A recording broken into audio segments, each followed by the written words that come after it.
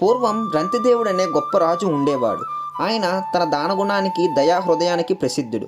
ఒకసారి ఆయన తన సంపదనంతా దానం చేసి తన కుటుంబంతో కలిసి అడవికి వెళ్ళిపోయాడు. అక్కడ వారు 48 రోజులు కఠినమైన ఉపవాసం చేశారు. చివరికి 49వ రోజున వారికి తినడానికి కొద్దిగా పాయసం, త్రాగడానికి కొన్ని నీళ్లు మాత్రమే లభించాయి. వారు భుజించడానికి సిద్ధమవుతుండగా ఒక పేద బ్రాహ్మణుడు అతిథిగా వచ్చాడు. రంతిదేవుడు ఆ బ్రాహ్మణుల్లో నారాయణను చూసి తన వంతు పాయసాన్ని ఆయనకి సంతోషంగా ఇచ్చాడు. కొద్దిసేపటికి ఒక శూద్రుడు వచ్చాడు.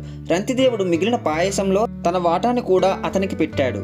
ఆ తర్వాత కుక్కలతో వచ్చిన ఒక వ్యక్తి ఆకలితో రాగా రాజు మిగిలిన పాయసం మొత్తం అతనికి, అతని కుక్కలకు ఇచ్చేశాడు. చివరికి త్రాగడానికి ఉన్న కొద్దిపాటి నీటిని వారు పంచుకోబోతుండగా ఒక చండాలుడు వచ్చి మంచినీళ్లు అని అడిగాడు. అతని దాహాన్ని చూసి చలించి రంతిదేవుడు ఆ నీటిని కూడా అతనికే ఇచ్చేస్తూ, నాకు స్వర్గం, మోక్షం వద్దు, సర్వ ప్రాణుల దుఃఖాన్ని తొలగించే శక్తిని నాకు